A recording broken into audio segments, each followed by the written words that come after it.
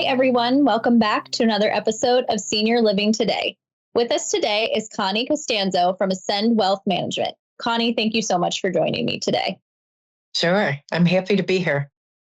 So since this is your first time on our podcast, would you mind telling us a little bit about yourself and how you got into financial planning? Sure. Actually, some years ago, when my husband and I were thinking about retirement, honestly, I thought, I need to learn about financial planning. I need to make sure we're set up to have a good retirement. So I read a bunch of books. I read a couple books, one book 3 times, and I started implementing things into our own 401k plans, and it was doing quite well.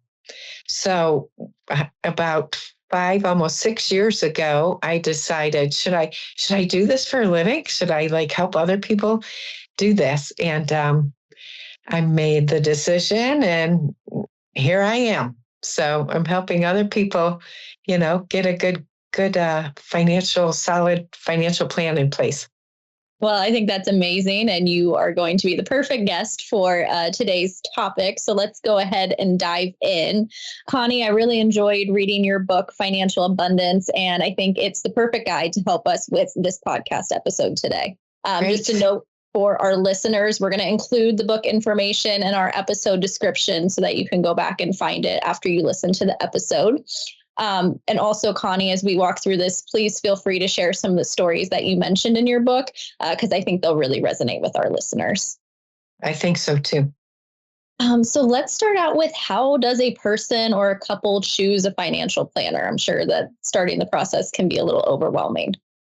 I think a referral is the best way to choose a financial planner, because you want somebody that you trust. If you are handing somebody your life savings, right? Mm-hmm. You want to be able to trust that person. And you also want to like that person. You want to feel that click with them. So I think asking for a referral from somebody that you admire and that you know has worked with a financial planner, that's a good way. I think sometimes you can look in social media, but honestly, I think the best way is by referral. Yeah, I think that's great advice, because it is kind of a personal process when you're going through your finances and planning for the future. Completely. Mm-hmm. So when a new client comes to see you for the first time, what do they need to know or bring with them for that visit? Yes. So for me, they don't need to bring anything, just themselves. I always do a complimentary visit first, because I kind of am interviewing them as well, and they're interviewing me. So, and we want to see together if we're going to be a good fit, right? Because you have to like each other, but we all have our own personality that we bring to the table, right? And so it's important that they like me and that they know what I can do for them. So I just explain in that first meeting, here's how I like to work together, and so I'm going to share that with you if that's okay. Yeah, absolutely. Okay. So I like to tell them, first of all, I am a fiduciary. So that means that I have your best interests at heart all the time. And so when we get together, if we decide by the end of this meeting that we want to move forward, you can be assured that I'm going to make decisions based on what is important to you. And I would ask them, what is important to you? What brings you to me today?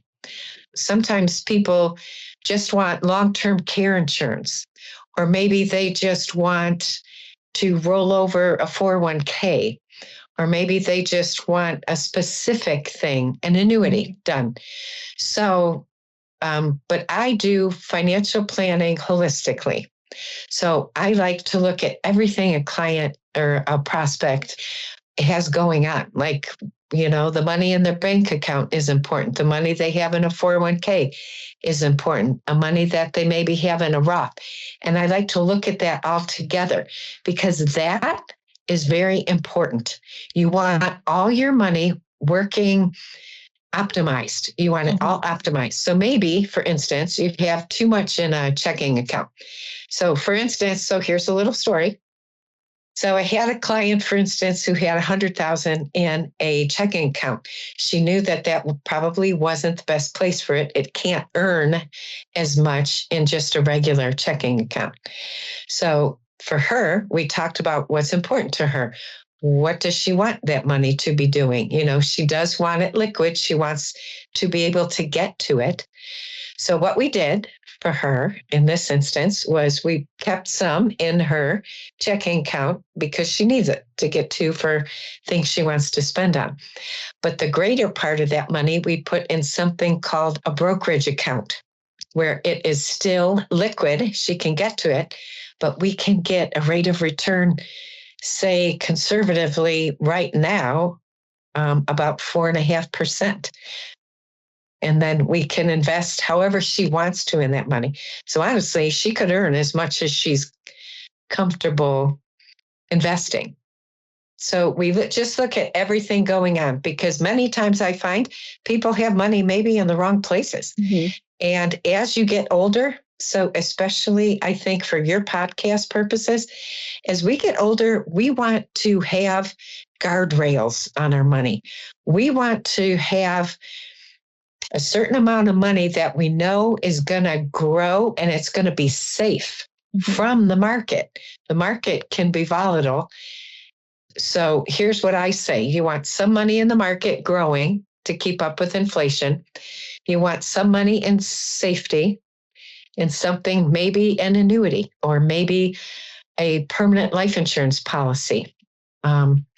Or whatever makes sense for the client. But we talk about some options. And then, you know, we go from there. And it's a building of the relationship through the years. Absolutely. So kind of once you decide that that's the right fit and that you think you're going to work well with that client, how do you make them feel comfortable with this process? Because as we discussed, you know, earlier, it is kind of a personal process going through finances and diving into all of that information. Yeah, it sure is. So it's a gradual process, right? So as we begin to work together, they get to know me more and more. And I keep in touch with people. A lot of times that people will complain about their financial advisor is that they don't communicate. I'm very big on communication. Like I will reach out to my clients and do an annual review at least once a year. But it's more important than that. People want to feel like they're being looked after, like that I really take the interest in them and the different things that we might do for them. And I just walk them through it one thing at a time, because sometimes it can be overwhelming. And so I kind of just try to walk things through with them one at a time, implement what's right for them. And here's something that's important too. I always tell my clients, it's your money. So I'm going to tell you what I think I'm going to give you my opinion and my recommendation. And I'm going to tell you why I'm giving you this recommendation. Because I think you need the safety, or because I think you have money already in safety and you need money that's going to grow. So each client is different, but I think you just build that relationship by making good recommendations and following through with people and keeping open lines of communication. Absolutely. So for our listeners who might be thinking about retirement or getting close to that point in their life, when should somebody ideally start planning for their retirement financially? Yeah. When they're young. So I'm going to say I have some clients right now that are 25, 26, 27 years old. They're amazing. They have it together. They have a good job. They want to make sure they're very studious, I would say is a good word. And I'm so proud of them because they know that it's important to save. So even a couple $100 a month, is a great way to start. So I tell a story to my younger clients that if you had If you could save $500 a month and put that into a Roth, how much do you think you might have by the time you're 60? And they'll be like, I don't know, Mhm. And so at about an 8% conservative return, they could have $2 million by the time they reach 60. Wow. So I like to share those stories because they're like, wow, well, okay, I don't have 500, but I have 250. So what can I start with? And then we can build to that. Exactly. So that's for the younger people. Now for the old, a lot of times, Alexandria, people, when they're 40, 50 years old, 30, 40, 50, they'll say, well, I don't really feel like I have enough to talk to a financial advisor. But I say, talk to the financial advisor and let them tell you. Because no matter how much you have, you can grow it. And it's especially important for your audience at 50 and over to definitely talk to a financial planner. There's so much. So this is what I tell people in our first meeting too. How cool would it be to see your financial plan, see what Social Security is going to bring in for you, see what your current 401k is going to bring for you. What is your pension going to do? And we see there's something about seeing it on paper that people are like, wow, and when you see it on paper, that tells us, you and me, if there's a shortage. And guess what? If there's a shortage, a small change can make a big difference. So and then I'll make my recommendations, So basically it's never too soon to start thinking about retirement and start planning. Exactly. And then it gets more and more important as you get older. And the reason I wrote the book is because I think everybody needs a financial planner. So even if it's not me, everybody needs a financial planner because we don't know what we don't know. And there's little things that we as financial planners can bring to the table and just take your retirement to the next level, and you may not know about that unless you talk to us. So, yeah. So I know one thing you mentioned earlier was setting goals with your clients. Can you tell our listeners a little bit about how that process works? Yes. So, setting goals, and I share this frequently, is so important. It's so important, but many times I honestly, I don't feel like people dream anymore. We don't dream about goals. We don't set goals. The average person does not set goals, financial goals. And it's so important so I'll talk with them about what are your goals? So what do you want to do? And when you get to retirement, what do you want to do now? So I have a client recently that wants to buy a new house. So she comes to me, she says, Connie, I don't think we can do it. The realtor said, whatever. And she just doesn't feel like they can get for their house what they would need to get a house. But that's so untrue. I'm going to tell your listeners, dream a little. We figured out a way that she can absolutely do it. And we put limits on ourselves or, like, what do you want retirement? Do you want a vacation? So one story in the book talks about a young lady, 40 years old. She said, Connie, I travel all the time right now, but it's for work and I can't enjoy Paris. And she goes to all different countries, but she's working. So she wants to set up a fund that'll guarantee she can vacation in retirement. So there is something we can do that is totally going to let her do that.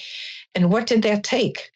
A goal. She had the goal, and then we planned for it. Okay, well, we're going to need to set aside this much money each month, and you're 40. So you have 20 years to get to this goal. So look, this is going to exponentially be amazing for you, So that's what's fun. So you just, figure it out. We just figured out together. What is the goal? I try to get my clients to dream a little bit, So the title of your first chapter in your book is Your Future Starts Here. So can you talk a little bit about how do we start for our future and what steps do people need to take to consider that? Yeah. So your future, yeah, that's a chapter. That's the first chapter in my book. And so in that chapter, I shared some stories about exactly what we just talked about the goals. Let's have the goal. That's where it starts. And then, sometimes people are very simple and they just want to be able to go to dinner when they want. Mm-hmm. They want to be able to do what they want to do, when they want to do it, with who they want to do it. And so we just start with that. And then the process goes, well, they share with me what the goals are. And then I think, okay, what are the tools I can use to help them reach that? And then we'll talk about that. And the strategies that we use could be an annuity. It could be whole life insurance. It could be permanent life insurance, which is a tax-free strategy, very powerful vehicle. So there's, different vehicles, but I would say your future starts with a plan. And then you just work the plan. And guess what? Life changes. And so the plan is always changing. And that's fun too, because, it's easy to change the plan. Things happen. Kids have to go to college. You want to buy a new house. Somebody gets sick. Things like this you need to plan for. So one of the terms that you mentioned in your book is FDIC. Would you explain what that is and the restrictions that has on insuring your money? Yes. So sometimes people don't know that. So yeah, I put that in the book. So another story I shared in the book was a couple who had $1 million in one bank account at their bank. That's a lot of money. Mm-hmm. But this couple, the money didn't just fall into their hands. They worked very hard to get this money. So they loved seeing $1 million in their bank account. To them, that's like, whoo, we made it, Yeah. And so they worked so hard to get it. And they knew, again, that probably wasn't, the best place. So the FDIC insurance I put in the book works like this. So instead of $1 million all in one account, you should have it in 4 different accounts, $250 each.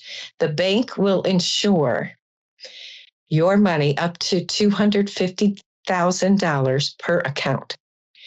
So that means if there's a run on the bank, which means the bank falters, goes out of business, the federal government will insure your money with that bank up to $250,000.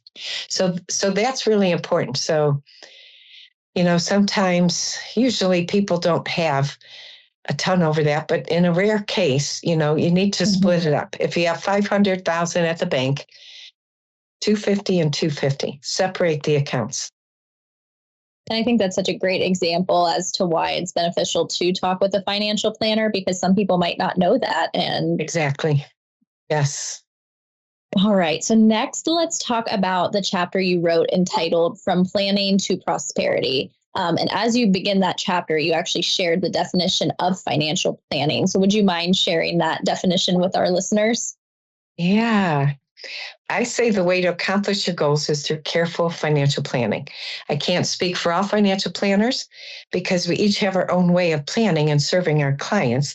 But here's what I think is important about it. The definition of financial planning is the art of helping you create, manage, and optimize your money to achieve the financial life you want.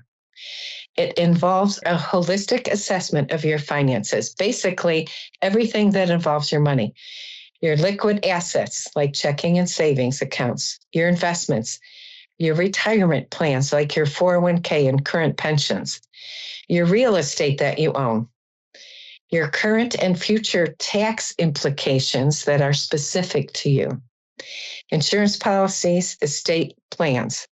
So you got to kind of take a step back, look at all of that, and then you can create an effective financial plan that helps to protect all the positive things you have going on and it serves to increase your wealth by optimizing your money and adding new investment strategies if necessary. And your plan can help get to your short-term and long-term goals faster. It's so important. And then I say, and I've already said it, but look, we don't know what we don't know. And working with a financial planner and implementing strategies you may not know about could exponentially make a major difference and impact your life significantly. So there you have it. There's a lot of different components that are mentioned in that definition, such as liquid assets, investments, your 401k, estate plan. So are there any of those specific topics that you have a story about or that you would like to touch on in a little more detail that maybe our listeners might not know as much about? Yeah, well, let's talk about retirement plans like your 401k and current pensions. And you know what? Future tax implications are so important. I mean, I'm going to make a generalization, but nobody knows about taxes the way you should know about them. So many people have so many questions. Well, how can I, make that work on my taxes, pay less taxes? So there are things you can do. But let me share a story about one of the couples in the book. It's right at the beginning of the book.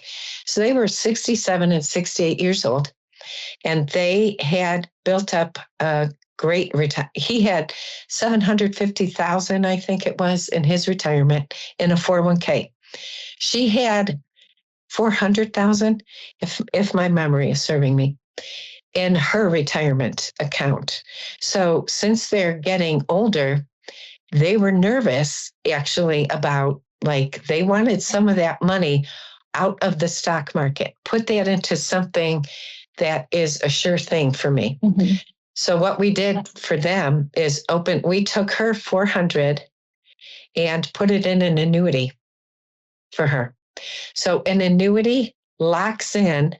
An annuity is a great vehicle because it offers principal protection.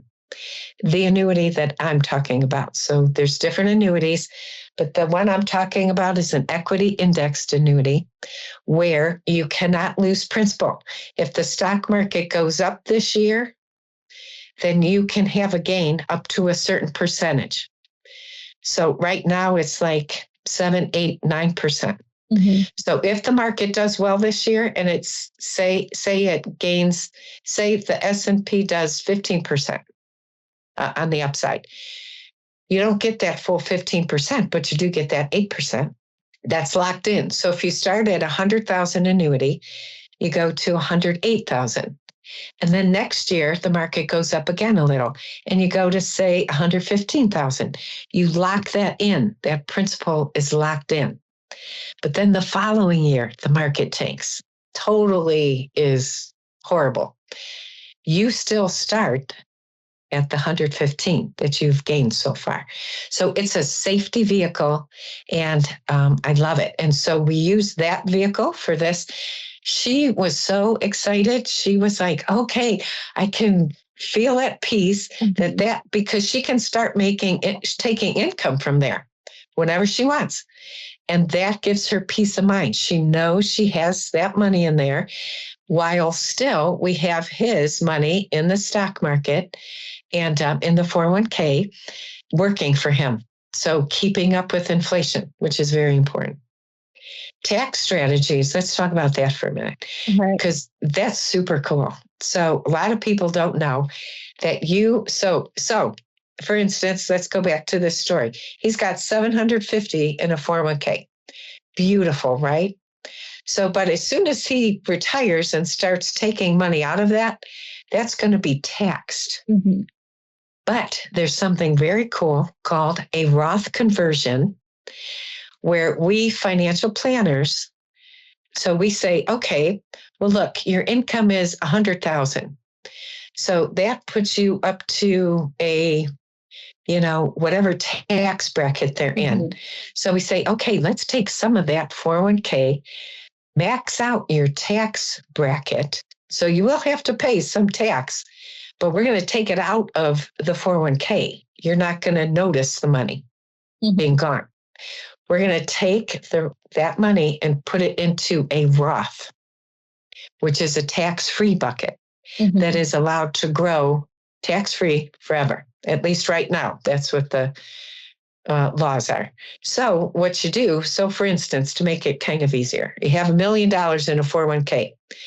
Maybe I would recommend taking 250, it depends on each client. So I'm just using 250, pay tax on that money, put the rest of it in the Roth IRA. Mhm. Then next year, so that money's going to start to grow, right? Then next year we do another 250. We take your income up to 250, pay the tax on it today because taxes are likely to be less today than tomorrow. Mhm. Pay the tax on that, stick that over into the Roth. Well, and then the following year do the same, and the following year do the same. It's a Roth conversion strategy that is very powerful, and hopefully you get most of the money in a tax-free bucket. That will save you not only a ton in taxes, but when you want that money, you can take as much as you want. And guess what? It's tax-free. Wow. So that's a beautiful that's a way. very powerful strategy. Yeah, it's very cool. So I think a lot of times people think that financial planning always means investing in the stock market. And I know some people hear the word stock market and immediately start to panic. So what should your clients know, our listeners know about investing in the stock market? Yeah, that's funny that you asked that because I just did a video where, Warren Buffett has a famous quote that says something like, if you can't sleep at night because you're invested in the stock market, you shouldn't be in the stock market. Mm. So, and you know what? There are a few people, honestly, that are like that. But you need to know when you invest in the stock market, if you have a good financial planner who's going to help you and get you in the right investments that you're comfortable with, the stock market will always go up and it'll always go down. You're going to win and you're going to lose. So the thing is to pick good companies when you invest. And I am pretty much a long-term financial planner when it comes to investments. I like to pick companies that I think are very strong American companies, some international companies. There is a way to invest for people who are scared that is more conservative. So, we would just be more conservative so that they don't have to panic. So we would just talk that through. So here's what I do, Alexandria, when I look at my clients and the investments that we have.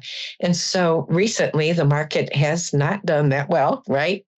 Mm-hmm. But I look through what we've picked to invest in stocks like Apple, NVIDIA, AMD, ExxonMobil, Target, Disney. These are strong companies. And yes, every company is going to go through ups and downs. Mm-hmm. But if I feel like the management of that company is strong and they have good, solid cash flow is one thing that I personally look at, then I'm going to say, even though they're down, guess what? I'm confident that they're coming back. So if you can look at what you're invested in and say, yeah, these are good companies. They might be down for a minute, but they're going to be back. So then you stay invested and you try not to freak out. It's the people who are older who tend to freak out more. Mm-hmm. And you can understand why. Because because they're in retirement mode and they want to make sure their money is safe and that they can depend on that. Yes. So it might be appropriate to make some small changes for them at certain times when the economy is a little rougher.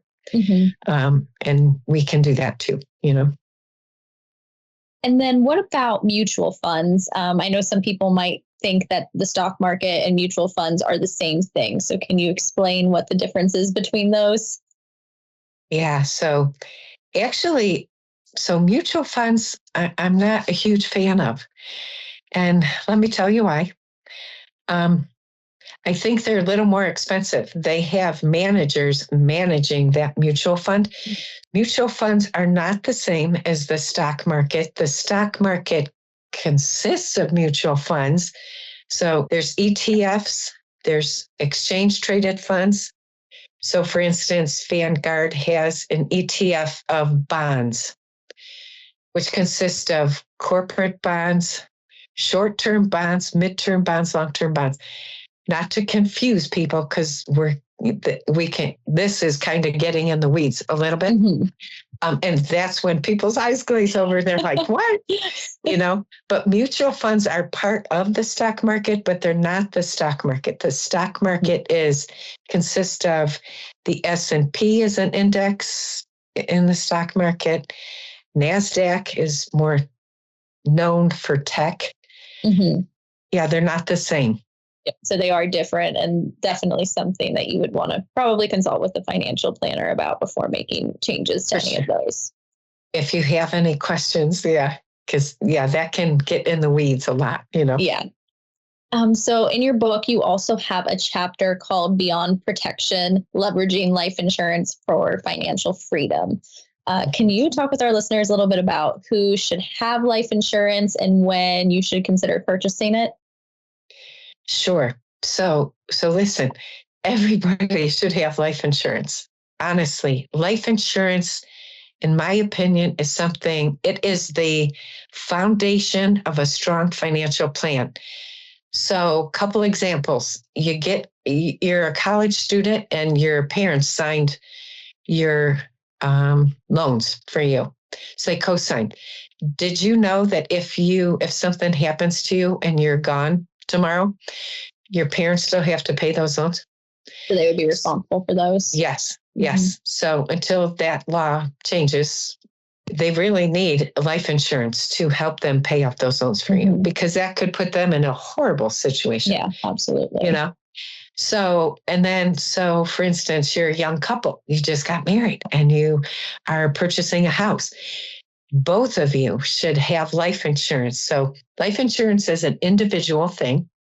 So you as the wife, he as the husband should have life insurance to cover the cost of the mortgage. So I talk about, what if something happened to you and you just took out a $500,000 mortgage? Oh my gosh. And, more like my husband was always like, his big thing always was pay off the house. If something happens to me, I want you to have a place to live, right? It's so important. What if you have debt beyond the house?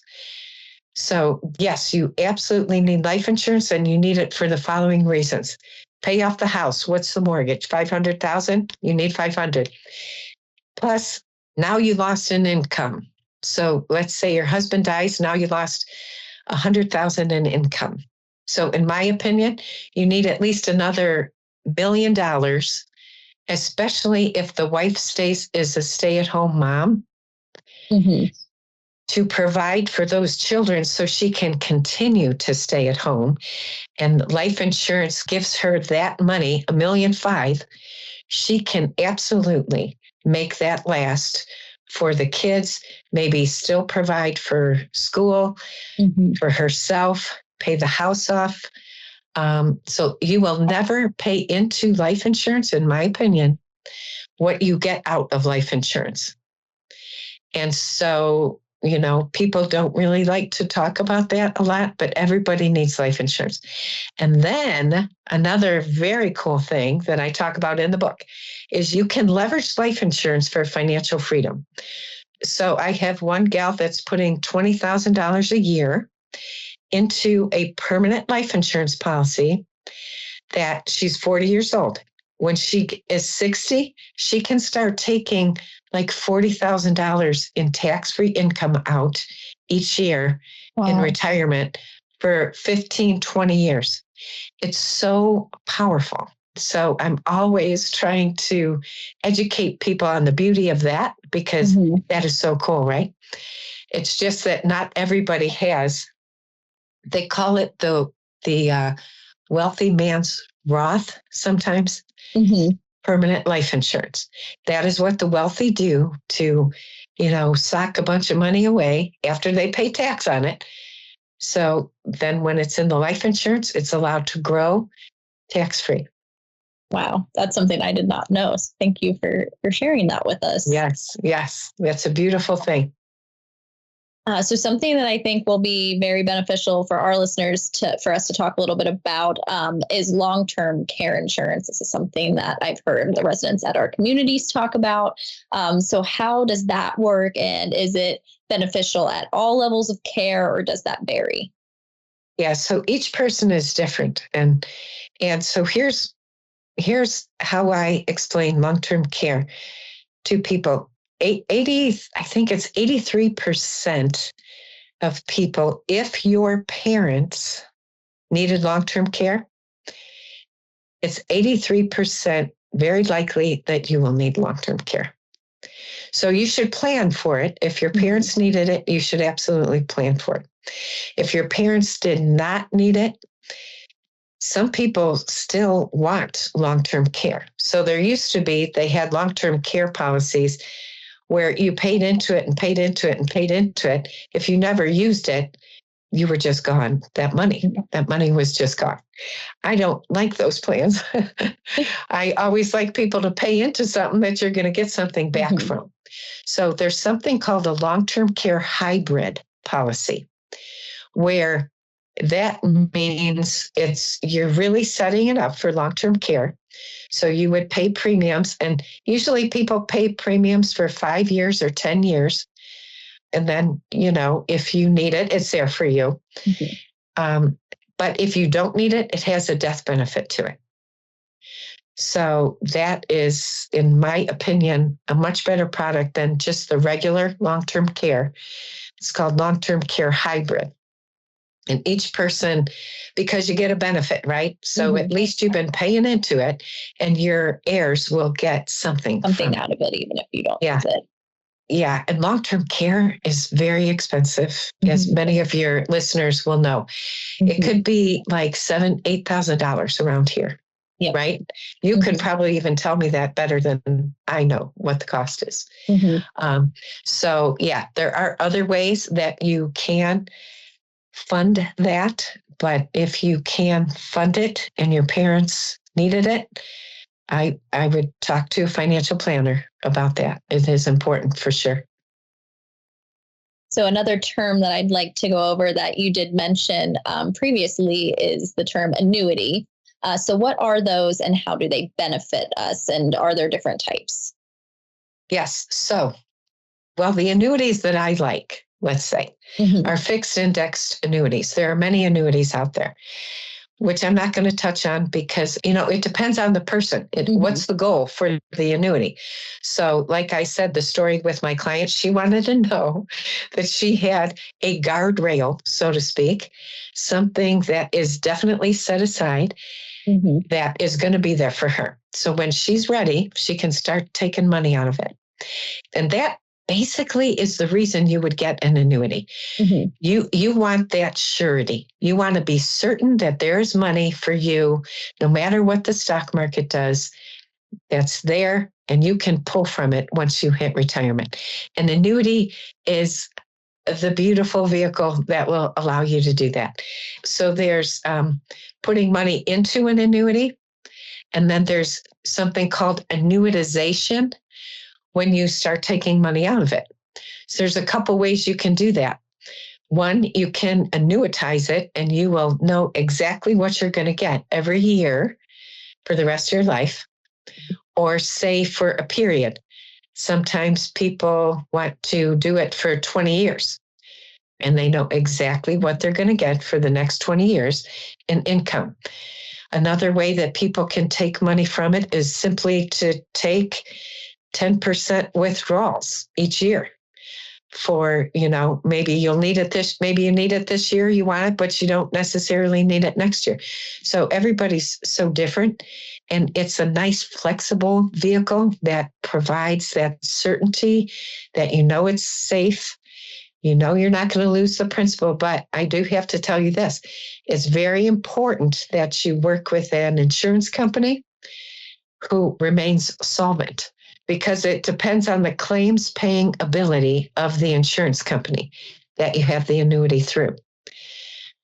Again, a regular person who's not in my position doesn't know how strong insurance companies are. But so we hold that fiduciary to work with strong insurance companies is an important thing. Did you want to know anything a little more specific or? No, I think that was good, high level for our listeners. Like you said, we could definitely get into the weeds and go into each type, but I think that's a good starting point. Yeah. Okay, good. So Connie, we've covered a lot of territory today. We've gone through a lot of different aspects of financial planning, preparing for your retirement. Is there anything that you think that we've missed or that you think our listeners should know before we close out the episode today? No, I think you asked some excellent questions. And I think that it is, again, reach out to a financial planner. Just have that complimentary chat with them. It's so important, so everybody, in my opinion, can use a financial planner. Absolutely. And as mentioned for our listeners, we will include the book information in the description. We will also have Connie's information if you would like to reach out to her as a financial planner. But Connie, thank you so much for joining me today. It was such a pleasure. And you shared some excellent information on the importance of financial planning, specifically for our older adult listeners. So thank you. Oh, thanks so much for having me. I'm honored to be here. So I'm happy to do this. Thank you. Absolutely. For our listeners, please be sure to like and subscribe to the Senior Living Today podcast, wherever you listen to your podcasts, so that you never miss a new episode. And we will be back again with a new episode in 2 weeks.